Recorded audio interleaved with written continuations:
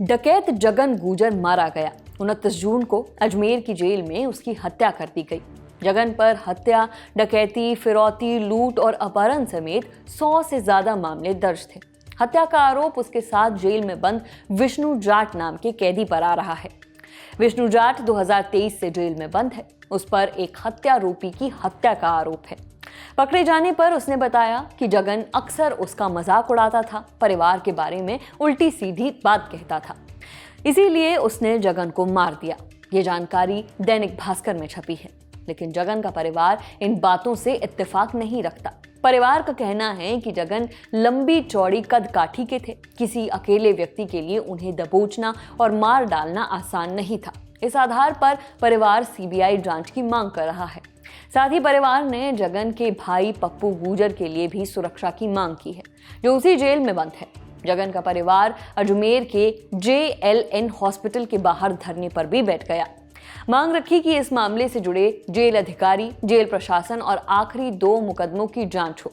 परिवार ने पप्पू गुजर को भी जगन के अंतिम संस्कार में शामिल होने और जगन के बेटे आशाराम सहित पूरे परिवार की सुरक्षा की मांग की। जेल में बंद विष्णु ने जो हत्या करने बोला, मुझे सीबीआई जांच चाहिए। मैं पिछले 2 साल से मेरे अंकल है, जो उनको भी खतरा होने की संभावना थी, तो मैं कई बार मैडम साहब के पास गया हूँ और कोई मतलब हर जगह छोड़ी नहीं है, मतलब एप्लीकेशन देने में कि हमारे यहाँ जिले के अंदर करवाओ अंकल को।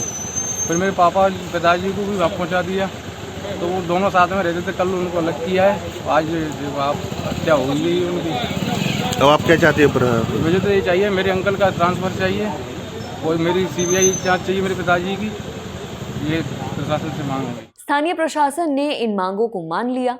अजमेर के एसपी हर्षवर्धन अग्रवाल ने इस हत्याकांड पर कुछ डिटेल्स दी। बताया, प्राथमिक तौर पर यह लग रहा है कि जगन की हत्या उसके साथ ही जेल में बंद विष्णु जाट ने की है। हत्या में गमछे का इस्तेमाल किया गया है, गला घोंटा गया है। पोस्टमार्टम और आगे की जांच के बाद स्थिति स्पष्ट हो पाएगी।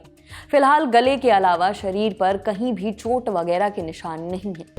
प्रथम दृष्टया जो अभी तक मामला सामने आया है, जगन गुजर नाम के व्यक्ति जो यहाँ पर मार्च 2026 से बंद था, उसके ही जेल साथी द्वारा जो एक गमछा होता है उसको इस्तेमाल करके उसकी हत्या कर दी गई है, गला दबा करके।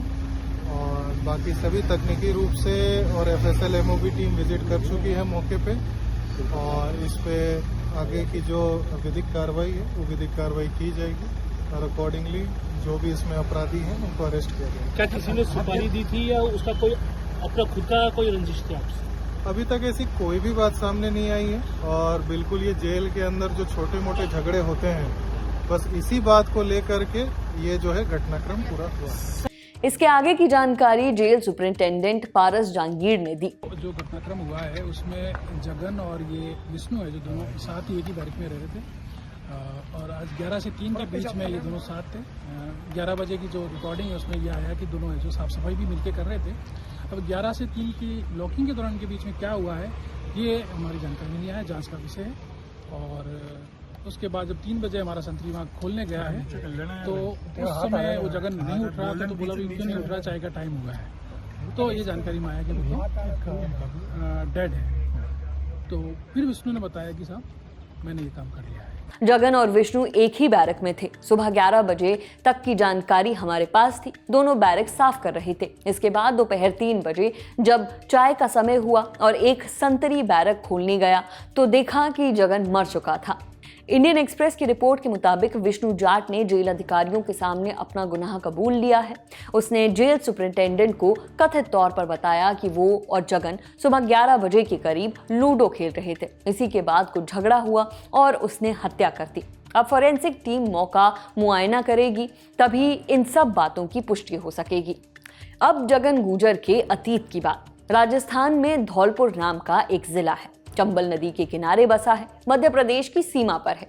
धौलपुर का लाल बलुआ पत्थर यानी रेड सैंडस्टोन बहुत चर्चित है। यहीं के भावुतीपुरा गांव का रहने वाला था जगन गुजर।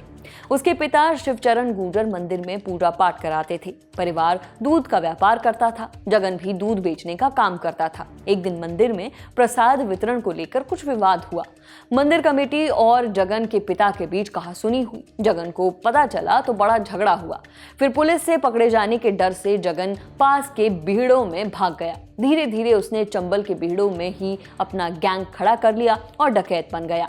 2008 में जब राजस्थान में गुर्जर आंदोलन हुआ तो जगन ने तत्कालीन मुख्यमंत्री वसुंधरा राजे के धौलपुर महल को उड़ाने की धमकी दी थी। इस धमकी के बाद उस पर 11 लाख का इनाम घोषित किया गया था। 2009 में जगन ने कांग्रेस नेता सचिन पायलट की मौजूदगी में सरेंडर किया। वादा किया कि अब अपराध छोड़ देगा, लेकिन जाहिरन ऐसा हुआ नहीं।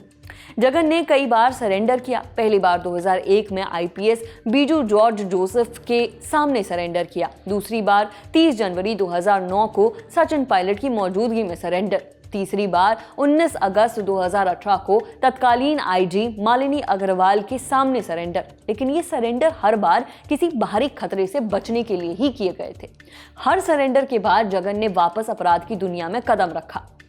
लेकिन अब देखिए, जिस इंसान ने जान बचाने के लिए बार बार जेल का सहारा लिया, उसकी मौत भी जेल के अंदर ही हुई।